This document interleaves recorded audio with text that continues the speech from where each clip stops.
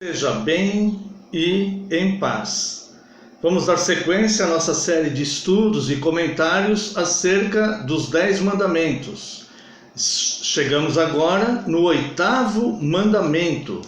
Vamos analisar o 8º mandamento. Se você está tendo contato agora com este vídeo e com essa série de estudos, você pode ter acesso aos mandamentos anteriores. Nós estamos em cada vídeo, uma vez por semana, abordando e comentando um mandamento. Estamos agora no 8º vídeo. Os 7 mandamentos anteriores, você pode acessar, você pode encontrá-lo acessando pelo YouTube, o canal Sementeira 1. Você digita Sementeira e coloca o dígito 1 sem dar espaço. Tá? No YouTube e também pelo Facebook, na página Pastor Messias Bueno. Você entra no Facebook, em busca você acessa a página Pastor Messias Bueno. Lá em vídeos, todos os vídeos estão a sequência na ordem decrescente dos 7 vídeos anteriores, os 7 mandamentos anteriores que já foram abordados, tá bom? Então agora estaremos abordando o 8º mandamento. O 8º mandamento nós encontramos em Êxodo, capítulo 20, verso 15. Não furtarás. Existem muitas implicações neste mandamento, não furtarás, tá bom? E nós vamos tentar analisar aqui de forma rápida, né? Mas para dar uma posição segura, algumas destas implicações, mas não vai ser possível abordar tudo, tá bom? Então, o objetivo do 8º mandamento é verdade, fidelidade e justiça no contrato entre os homens, restituição de bens tirados ilicitamente dos outros, moderação da vontade sobre as riquezas do mundo, proteção à propriedade e evitar o meio de vida ilícito, tá bom? Este é um dos mandamentos que, se for pensado de forma superficial, para muitas pessoas dá uma sensação de justificação. Porque a grande maioria das pessoas não furta nada, nem ninguém. Mas se ele for analisado de uma forma um pouco mais exaustiva, essa sensação pode desaparecer. Então nós vamos analisar aqui algumas implicações do 8º mandamento. Não furtarás. Primeiro é o roubo. A primeira implicação, e a implicação mais explícita, mais clara do furto, é roubar, né?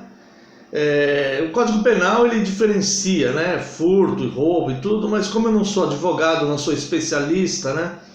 Eu me abstenho de comentar. Então nós vamos mais pela parte teológica. Então o furto, ele se apresenta em diversas implicações, mas a mais óbvia seria o roubo, né? E o primeiro furto, o primeiro roubo que aconteceu foi o homem roubando a Deus. A primeira vez que um ser humano roubou, ele roubou a Deus. O primeiro furto, ele acontece no Éden. Se você quiser abrir Gênesis capítulo 3, verso 6. Vendo a mulher que a árvore era boa para se comer, agradável aos olhos, e árvore desejável para dar entendimento, tomou-lhe do fruto e comeu, e deu também ao marido, e ele comeu. Isso aqui é um furto porque o jardim era de Deus, e as árvores do jardim pertenciam a Deus. E Deus deu autorização para o homem de comer todas as árvores, menos dessa. Essa não podia comer, né? Mas aquilo pertencia a Deus. Aqui, ó, Gênesis capítulo 2, versos 8 e 9. E plantou o Senhor Deus um jardim no Éden, na direção do oriente, e pôs nele o homem que havia formado. Do solo fez o Senhor brotar toda sorte de árvores agradáveis à vista e boas para alimento, e também a árvore da vida no meio do jardim, e a árvore do conhecimento do bem e do mal. Então o jardim era de Deus, foi Deus que criou o homem, e foi Deus que plantou esse jardim. E foi Deus que criou todas as árvores que estavam no jardim. Tanto as árvores com os frutos que eles poderiam comer, como a árvore da vida, como a árvore do bem e do mal. Nesta, Deus deu ordem para que eles não comessem. Então, o primeiro furto que nós vemos é o homem roubando a Deus. É possível o homem roubar a Deus. Eu convido você a abrir sua Bíblia no livro do profeta Malaquias, capítulo 3. Livro do profeta Malaquias, capítulo 3, nós veremos o verso 8. Roubará o homem a Deus? Todavia, vós me roubais e dizeis, em que te roubamos? Então veja que o próprio Deus, ele está dizendo aqui para o homem, vocês me roubais, vós me roubais. É possível o homem roubar a Deus. Essa passagem aqui de Malaquias, ela é muito combatida e as pessoas tentam minimizar, dizendo que isso aqui se referia aos sacerdotes, Deus estava falando apenas com os sacerdotes e tal. Irmãos, nunca minimize a palavra de Deus. O que Deus está falando aqui é que é possível os homens roubar a Deus. Não está dizendo que vai ficar sem punição, porque a própria palavra diz que as pessoas que roubam a Deus são amaldiçoados, né? Verso 6. Porque eu, o Senhor, não mudo. Por isso vós, ó filhos de Jacó, não sois consumidos. Desde os dias de vossos pais, vos desviastes dos meus estatutos e não os guardastes. Tornai-vos para mim, e eu me tornarei para vós outros, diz o Senhor dos Exércitos. Mas vós dizeis, em que havemos de tornar? Roubará o homem a Deus? Todavia vós me roubais. E dizeis, em que te roubamos? E olha o verso 9. Com maldição sois amaldiçoados, porque a mim me roubais, vós a nação toda. Então algumas pessoas aí estão dizendo que essa palavra é só para os sacerdotes, que desviavam dízimos e tal. Não aceite que ninguém minimize a palavra de Deus diante de você. A palavra de Deus, ela é doce e amarga, né? Ela muitas vezes é pesada, mas este peso é para nos instruir e nos corrigir para ficarmos na verdade. Então aqui nós vemos que é possível roubar a Deus, como Eva fez no jardim e deu para Adão, que consentiu e participou do furto. Adão participou do roubo, né? E como ele era o homem e a ordem era para ele, ele era o encarregado, ele era o responsável por cumprir a ordem de Deus e deveria ensinar a sua mulher a cumprir a ordem de Deus. Porque quando Deus falou, comerás de todas as árvores, mas desta não comereis, do fruto do conhecimento do bem e do mal, essa ordem ele deu para Adão. Então quando Eva cometeu esse delito, Adão participou dele. Adão é responsável direto por esse furto. E aqui no livro de Malaquias, nós vemos que Deus está se referindo a toda a nação, né? No verso 9. Com maldição sois amaldiçoados, porque a mim me roubais, vós a nação toda. Então não deixe que pessoas minimizem, dizendo que não era assim, que isso é coisa do Antigo Testamento, e não. É possível roubar a Deus. No Novo Testamento, mais precisamente no ministério terreno de Jesus, o Senhor Jesus é roubado também. O reino de Deus é roubado ali.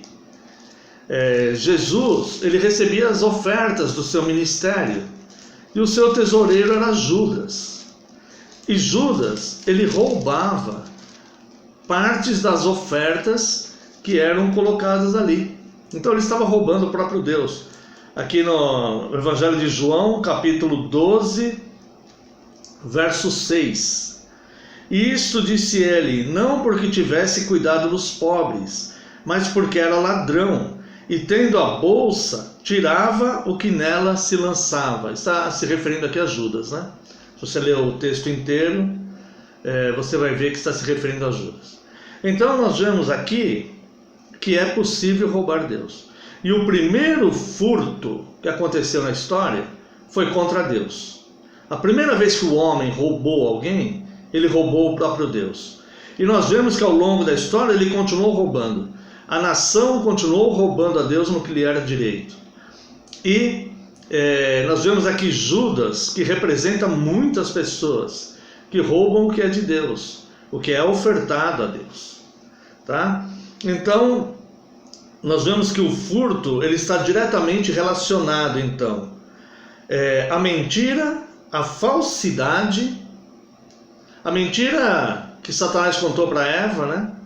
Ou meia-verdade é uma mentira. A falsidade de Judas, né? E também a opressão. O furto está ligado à opressão. Levítico capítulo 19, se você quiser abrir lá, Levítico capítulo 19, verso 11 e verso 13. Vamos achar aqui rapidamente. Levítico 19, verso 11. Não furtareis, nem mentireis, nem usareis de falsidade, cada um com o seu próximo. Verso 13. Não oprimirás o teu próximo, nem o roubarás. A paga do jornaleiro não ficará contigo até pela manhã. Então, o furto, ele está relacionado à mentira, à falsidade e à opressão. É uma opressão você tirar o direito do outro, você furtar o direito do outro, né? Então vamos ver aqui de forma rápida algumas formas de quebrar o 8º mandamento, não furtarás. Algumas delas só mesmo criminosos cometem, como sequestro, por exemplo, né?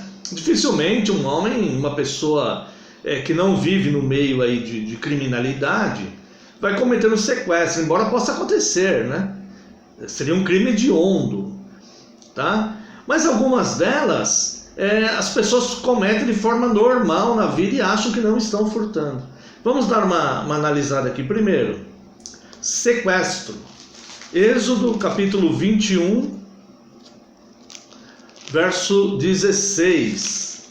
Êxodo capítulo 21, verso 16. Deixa eu ver. Porém, se ele sobreviver por 1 ou 2 dias, não será punido, porque o dinheiro é seu. Eu peguei o texto errado aqui, irmãos. Êxodo 21, 16. Tá aqui. O que raptar alguém e o vender ou for achado na sua mão será morto. Perdão, eu li o versículo errado, né? Mas é Êxodo 21, 16. O que raptar alguém e o vender ou for achado na sua mão será morto. E também 1 Timóteo, primeira carta do apóstolo Paulo a Timóteo, capítulo 1, no verso 10. 1 Timóteo capítulo 1, verso 10, encontramos: impuros, sodomitas, raptores de homens, mentirosos, perjúrios e para tudo que se opõe à sã doutrina, né? Está falando aqui que a lei ela é boa se alguém a utiliza de modo legítimo, mas se alguém usa a lei de modo a transgredi-la, essa pessoa então será punida. E raptar homens, obviamente, faz parte disso, tá? Uma outra forma de furto é o tal do 2 pesos e 2 medidas. Vamos ler lá, Provérbios, capítulo 20, verso 10. Provérbios, capítulo 20, verso 10. 2 pesos e 2 medidas, uns e outras são abomináveis ao Senhor. É furtar o direito à justiça quando a gente trata uma pessoa de um jeito e outra pessoa de outro jeito. Uma situação de um jeito e outra situação de outro jeito, dentro de alguma conveniência para nós. Então nós estamos furtando o direito da outra pessoa de ser justo. Não pode haver esse 2 pesos, 2 medidas. O cristão tem que ser sim, sim, não, não. Né? Nós temos maleabilidade, é claro, jogo de cintura para vivermos, né? Mas nós não podemos tirar das pessoas o seu direito. Uma coisa que eu vejo com muita frequência é em redes sociais, por exemplo, até mesmo na vida comum.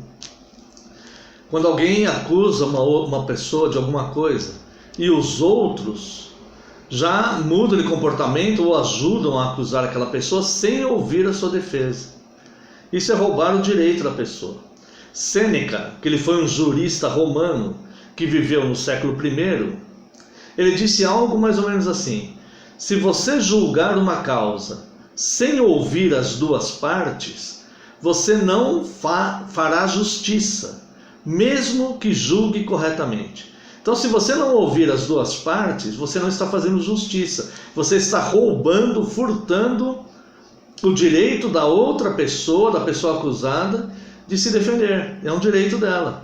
Nós temos que ouvir a versão dela. E é muito comum em redes sociais, as pessoas acusam alguém e os outros, mesmo cristãos, vão ali acusando e linchando virtualmente aquela pessoa, sem ouvir a versão dela, para ver se é verdadeira.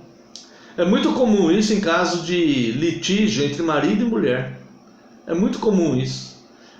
Ou o marido ou a mulher conta uma versão e as pessoas vão em defesa daquele cônjuge sem ouvir a outra parte.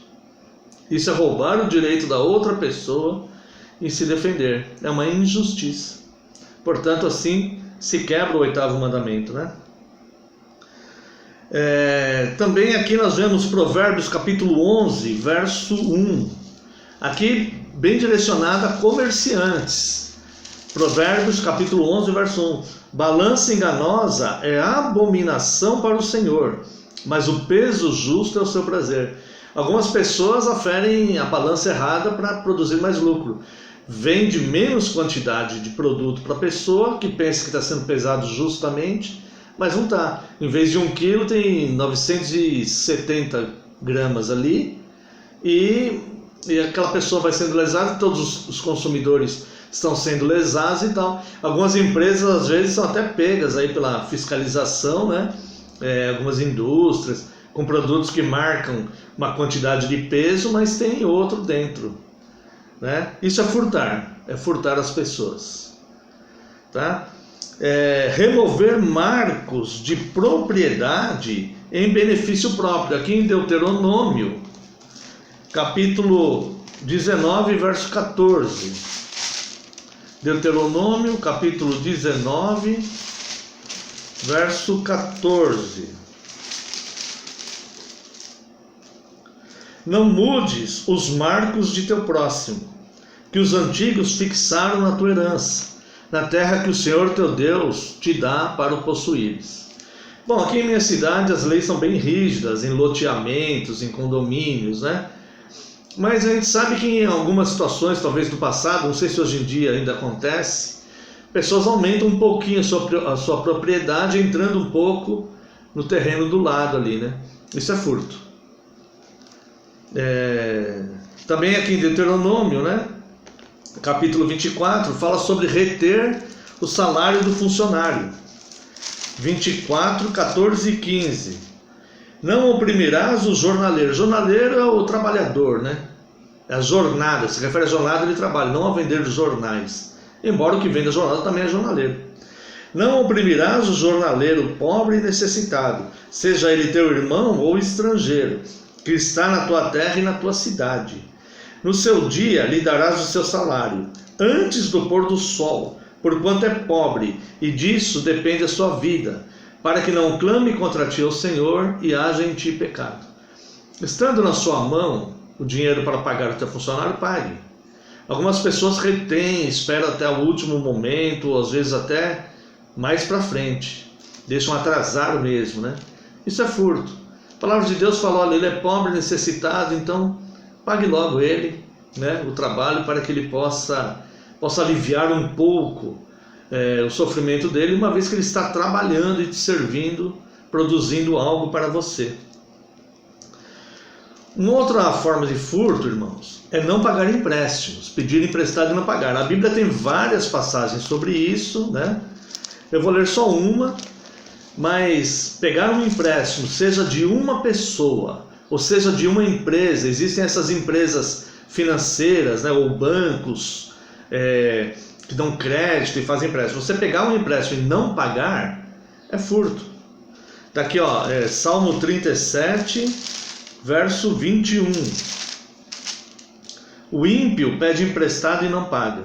O justo, porém, se compadece e dá. Tá? Então, se pegou algum empréstimo, pague, né? Deve ser pago esse empréstimo, tá bom? E muitas outras coisas também quebram o oitavo mandamento. Eu quero pedir licença aqui para eu ler para vocês. Sabe o que eu vou ler aqui? O Catecismo de Westminster. O Catecismo Maior, em perguntas e respostas. A resposta da pergunta 142, a pergunta 142 é sobre o oitavo mandamento. Tá? Quais são os pecados proibidos no oitavo mandamento? E eu quero ler a resposta para você aqui do Catecismo de Westminster. Os pecados proibidos no oitavo mandamento, além da negligência dos deveres exigidos, são o furto, o roubo de homens, a receptação de qualquer coisa furtada, o tráfico fraudulento, pesos e medidas falsas, a remoção de marcos de propriedade, a injustiça e a infidelidade em contratos entre os homens ou na administração dos negócios de outros a nós confiados, a opressão, a extorsão, a usura. Usura pode ser entendida aqui como agiotagem, emprestar com juros fora da lei, subornos, as vexatórias demandas forenses, todo cerco injusto de propriedades e despejo de inquilinos, a acumulação de gêneros para encarecer o preço, os meios ilícitos de vida e todos os outros modos injustos ou pecaminosos de tirar ou de reter do nosso próximo aquilo que lhe pertence ou de nos enriquecer a nós mesmos. A cobiça, a estima, o amor desordenado aos bens mundanos, os cuidados e esforços receosos e demasiados em obtê-los, guardá-los e usar deles, a inveja da propriedade de outro, assim como a ociosidade, a prodigalidade, o jogo dissipador e todos os outros modos pelos quais indevidamente prejudicamos o nosso estado exterior. O defraudar a nós mesmos do devido uso e conforto da posição em que Deus nos colocou. Então nós vemos aqui que o oitavo mandamento ele é abrangente, tem muitas implicações que fazem quebrar o oitavo mandamento, né? A lei moral de Deus não é obedecer à lei moral de Deus, seguir a lei moral de Deus, não é fazer o que nós achamos certos, mas é obedecer às ordens de Deus, mesmo que a gente não entenda. Por exemplo, na primeira batalha na Terra Prometida, quando o povo de Deus entrou na Terra Prometida, na primeira batalha que teve, Deus deu ordem para não pegar despojos das coisas condenadas ali. Só podia pegar ouro, ferro e prata daquele povo vencido. Tá? Os despojos eram o direito dos vencedores. Abraão, bem séculos antes, chega a dar dízimo a Melquisedeque, que era sacerdócio de Deus. Abraão chega a dar dízimo dos despojos de guerra, né? Mas aqui na primeira batalha na Terra Prometida, Deus dá ordem para não pegar os despojos. Então, a lei moral é obedecer a Deus, o que ele fala. Por que Abraão poderia pegar os despojos e até dizimar deles? E o povo que entrou na Terra Prometida, na sua primeira batalha, não podia pegar. E Deus considerou aquilo coisas condenadas. Então, não nos compete questionar Deus, mas sim obedecê-lo. Então, guardar a lei moral de Deus é obedecer a Deus. E a ordem era não pegar nada. Se você quiser abrir aqui sua Bíblia em Josué, capítulo 6, é importante nós vermos isso. Josué, capítulo 6, versos 17 e 18. Josué, capítulo 6, 17 e 18. Porém a cidade será condenada, ela e tudo quanto nela houver. Somente viverá Raabe, a prostituta, e todos os que estiverem com ela em casa, porquanto escondeu os mensageiros que enviamos. Então somente guardai-vos das coisas condenadas, para que, tendo-as vós condenado, não as tomeis e assim torneis maldito o arraial de Israel e os confundais. Então Deus deu ordem para não pegar nada de lá, nem pessoas. Só Raabe, que era prostituta local, mas que tinha ajudado os mensageiros, e Deus então abençoou aquela mulher, guardando, né? Essa mulher chega a entrar até na genealogia de Jesus mais para frente. Mas isso é uma outra história, tá? Mas Acã, ele furtou, ele roubou, ele desobedeceu, né? Se nós vermos aqui o capítulo 7, verso 11 e 12, Israel pecou. O pecado de Acã, Deus responsabilizou a nação. Israel pecou e violaram a minha aliança, aquilo que eu lhes ordenara, pois tomaram das coisas condenadas e furtaram, e dissimularam, e até debaixo da sua bagagem o puseram, pelo que os filhos de Israel não puderam resistir aos seus inimigos, viraram as costas diante deles, porquanto Israel se fizeram condenado. Já não serei convosco, se não eliminardes do vosso meio a coisa roubada. Olha só que coisa incrível, né?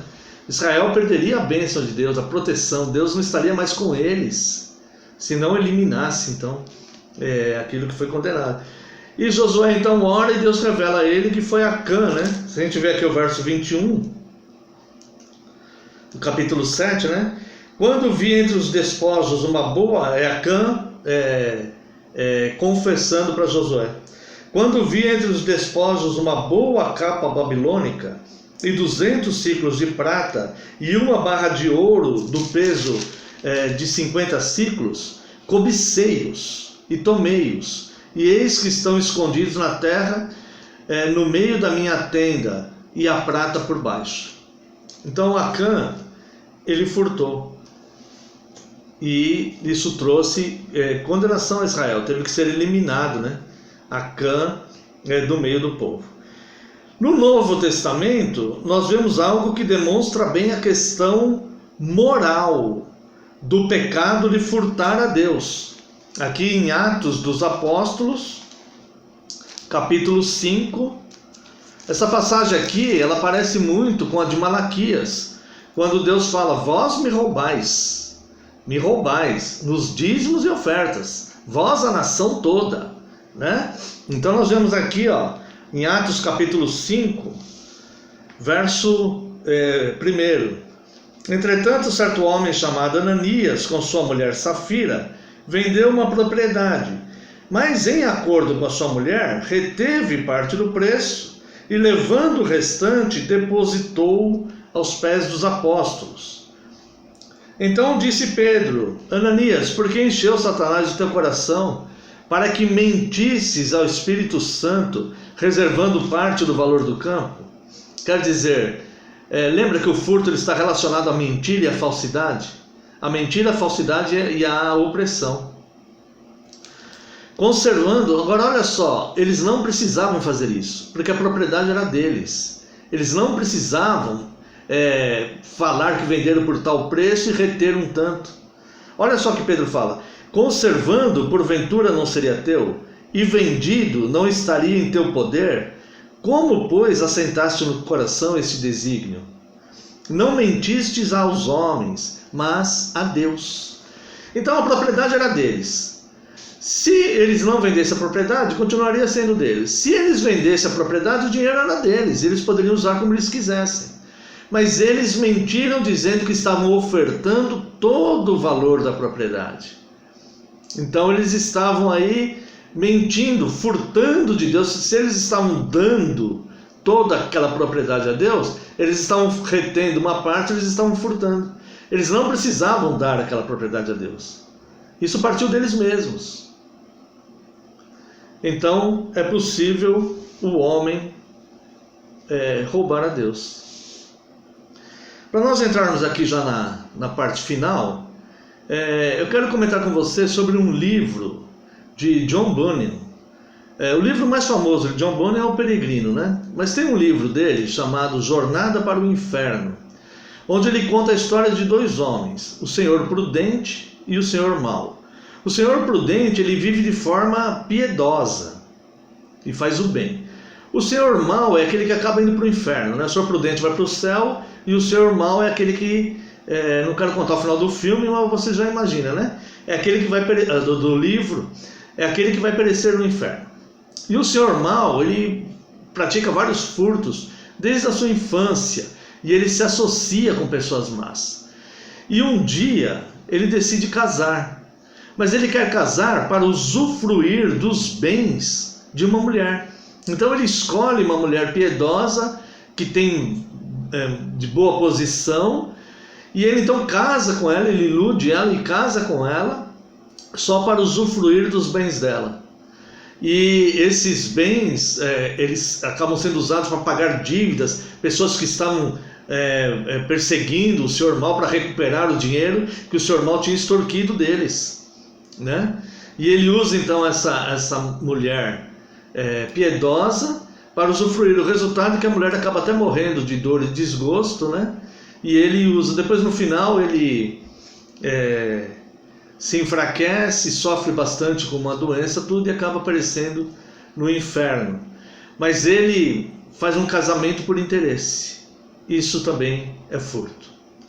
Para nós finalizarmos, eu quero só pensar com você a respeito do furto. O primeiro pecado cometido pela humanidade foi o furto contra Deus. O primeiro pecado cometido na terra prometida foi o furto de Acã, que Deus ordenara não pegar dos despojos daquelas pessoas, e ele pegou a capa babilônica e a prata. E o primeiro pecado que condenou a igreja, contaminou, né, a igreja primitiva, o primeiro pecado que surgiu no meio da igreja foi o furto de Ananias e Safira, que eles mentiram dizendo que iam dar todo o dinheiro da propriedade, não precisavam fazer isso porque era deles. Eles poderiam vender e usufruir de todo o dinheiro, não precisavam fazer isso, mas eles mentiram, retiveram uma parte. Então o furto, ele está relacionado com a cobiça. Então nós devemos tomar muito cuidado, principalmente quando cantamos aquelas músicas, né? Hoje tem muitas músicas gospel que são cantadas em igrejas, né? Ou até mesmo hinos, dizendo para Deus que nós faremos isso, faremos aquilo, quando na verdade nós não temos intenção de fazer. Cuidado, para não furtar Deus. O que você consagrar a Deus é dele. Não quebre o 8º mandamento. Que Deus abençoe a sua vida e que você fique em paz.